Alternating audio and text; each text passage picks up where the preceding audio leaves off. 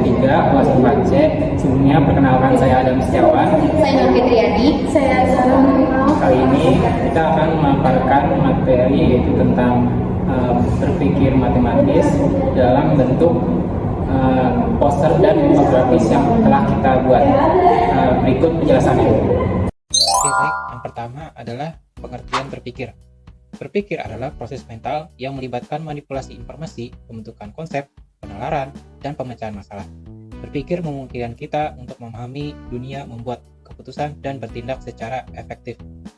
Secara sederhananya, berpikir adalah cara kerja pikiran kita untuk mengolah informasi, membentuk ide, mencari hubungan antar berbagai hal, dan menemukan solusi masalah.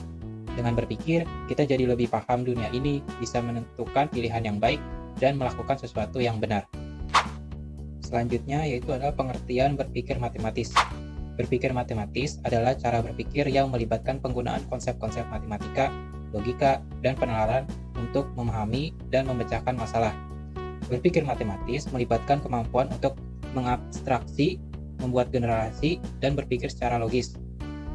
Secara sederhananya, berpikir matematis itu adalah cara kita menggunakan matematika untuk memahami dan memecahkan masalah. Kita menggunakan ide-ide matematika, logika, dan penalaran kita untuk melihat pola, membuat kesimpulan, dan menemukan solusi. Baik, yang selanjutnya ada jenis-jenis berpikir matematis. Yang pertama ada berpikir induktif. Berpikir induktif merupakan proses berpikir yang dimulai dari pengamatan khusus untuk membuat kesimpulan umum. Yang kedua ada berpikir deduktif. Berpikir deduktif merupakan proses berpikir yang dimulai dari pernyataan umum untuk membuat kesimpulan khusus. Yang ketiga ada berpikir analogi. Berpikir analogi merupakan proses berpikir yang membandingkan dua hal yang berbeda untuk menemukan kesamaan. Yang keempat ada berpikir integratif.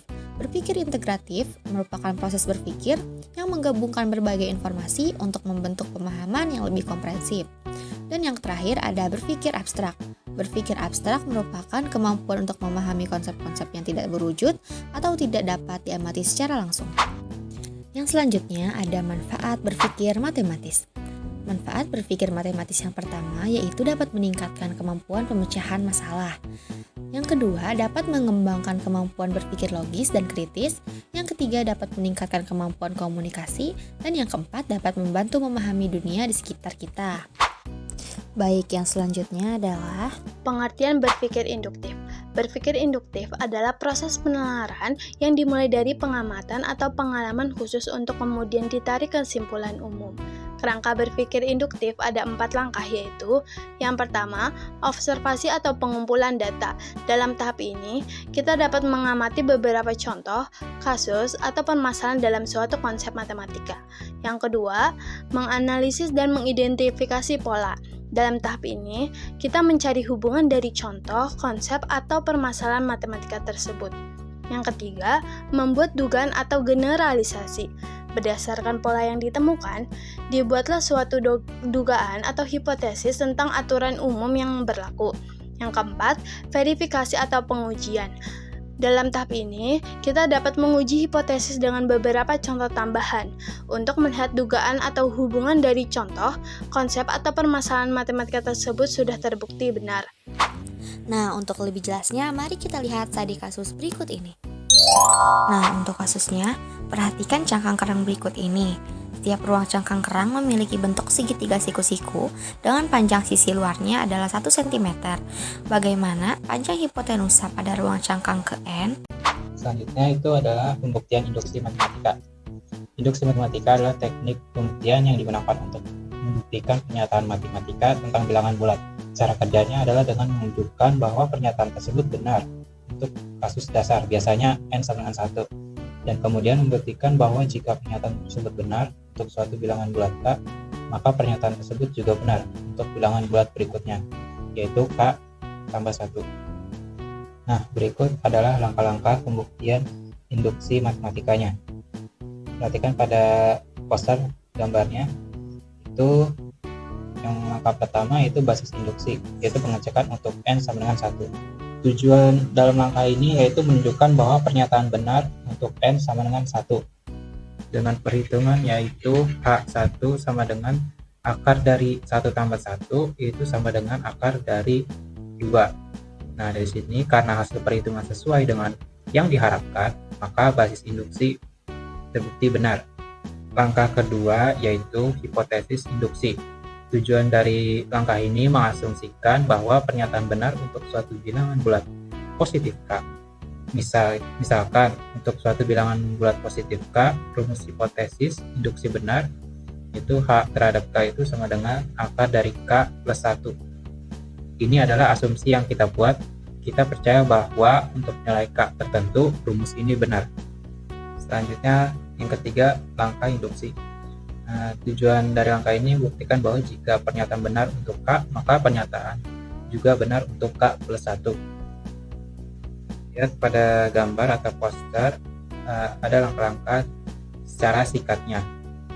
Yaitu pembuktiannya, kita ingin buktikan bahwa K plus 1 itu sama dengan akar dari K plus 1 ditambah 1 sama dengan akar dari K plus 2. Kita mulai dari hipotesis induksi, yaitu H terhadap K sama dengan akar dari K plus 1. Nah, di sini kita kuadratkan kedua sisi. K terhadap K pangkat 2 sama dengan K plus 1. Selanjutnya kita tambahkan 1 ke dua sisi.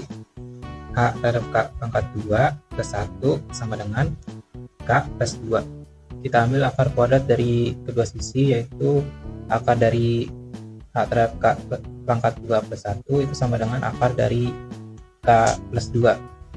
Karena H terhadap K itu sama dengan akar dari K plus 1, maka akar dari K plus 1 pangkat 2 plus 1 itu sama dengan akar dari K plus 2.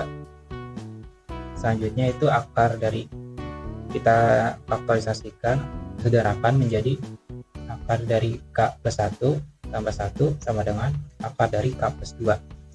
Nah, di sini sehingga menjadi akar dari K plus 2 sama dengan akar dari K plus 2. Simpulannya, karena kita berhasil membuktikan bahwa pernyataan benar untuk K plus 1, maka langkah induksi ini terbukti benar. Oke, baik, karena basis induksi dan langkah induksi keduanya benar, maka berdasarkan prinsip induksi matematika, rumus Hn sama dengan akar N plus 1 itu benar untuk semua bilangan bulat positif N. Langkah berpikir induktif. Pada kasus ini menggunakan rumus teorema Pythagoras, yaitu A kuadrat ditambah B kuadrat sama dengan C kuadrat. Langkah pertama, mengamati kasus awal. Untuk ruang cangkang ke-1, A-nya sama dengan 1, B-nya sama dengan 1, sehingga panjang hipotenusa pertama atau H1 sama dengan akar 1 kuadrat ditambah 1 kuadrat sama dengan akar 2. Untuk ruang cangkang kedua, kita bisa menambahkan panjang hipotenusa pertama ditambahkan dengan 1, sehingga panjang hipotenusa kedua yaitu H2 akar 2 dikuadratkan ditambah 1 kuadrat sama dengan akar 2 ditambah 1 sama dengan akar 3. Untuk cara selanjutnya sama, yaitu untuk ruang cangkang ketiga, panjang hipotenusanya yaitu H3 sama dengan akar 3 dikuadratkan ditambah 1 kuadrat sama dengan akar 3 ditambah 1 sama dengan akar 4. Untuk ruang cangkang keempat, panjang hipotenusa yaitu H4 akar 4 dikuadratkan ditambah 1 kuadrat sama dengan akar 4 ditambah 1 sama dengan akar 5. Langkah kedua, mengenali pola umum. Berdasarkan observasi di atas, panjang hipotenusa pada ruang cangkang ke N mengikuti pola Hn sama dengan akar N ditambah 1. Ini adalah hasil dari berpikir induktif, yaitu mengamati pola dari beberapa contoh dan menyimpulkan sebagai aturan umum. Nah, jadi kesimpulannya berpikir induktif digunakan untuk menemukan pola dengan mengamati beberapa contoh awal. Pembuktian induksi matematika dapat digunakan untuk memastikan bahwa pola tersebut benar untuk semua nilai N. Dan dengan menggunakan metode ini, kita berhasil membuktikan bahwa panjang hipotenusa pada ruang cangkang ke N adalah Hn sama dengan akar N tambah 1. Cukup sekian pemaparan dari kami. Selebihnya mohon maaf. Assalamualaikum warahmatullahi wabarakatuh.